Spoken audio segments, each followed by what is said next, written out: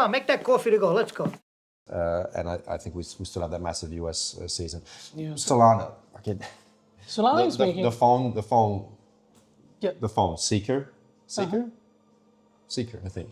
The phone's out. So Solana have done a phone, which to me is just like,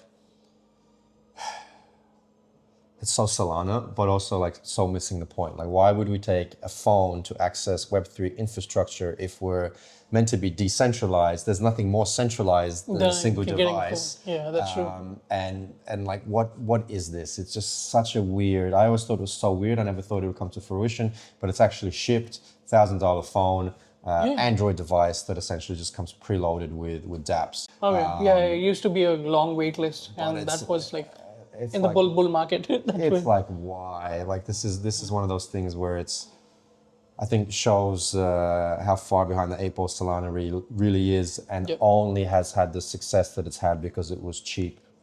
That's true. And some interesting branding around it. But now I think the hype is gone.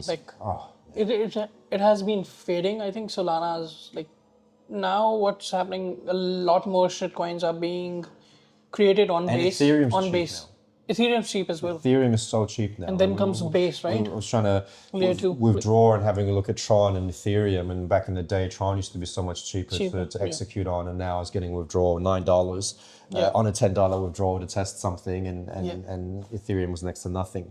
Exactly. So I think that's where a lot of dynamics have shifted in this space, especially L1 space, wherein SUI has come in, then Ethereum's gas fee has lowered down a lot, and then comes L2s on Ethereum that are way more cheaper, like 10x, 100x cheaper than Ethereum main chain, right? Yeah. And that's where I think Base has taken over the Solana play. So Solana came as a layer wherein you can launch your own shitcoins, right? Mm-hmm. And that's where Base has overtaken it. So I'm not too sure now why should Solana see a massive price upside, because the thesis before was like any retail can come in, launch their own token, the speed and the finality. It's because of things like Pump Fund and Bonk. Bonk and Pump.Fund had recovered a lot from, so if you missed it, launched the token, dumped, and now it's recovered really, really well. They're doing the buyback, so they are trying to establish or like control sort of the price.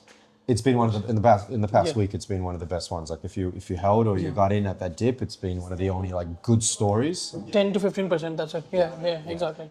And then so I think that's what controls Solana, right? And there's still this narrative that if we get another NFT season as well, Solana's they're gonna be minted on Sol, and who knows? Probably I think Solana used to be the number one choice. Now a lot of people are shifting to L2s, especially Base. That's what I'm trying to cover. Yeah. And there was yesterday, I think Base took over. I think Base to me, just because of who owns it, is like, it's Coinbase. a BNB. Yeah.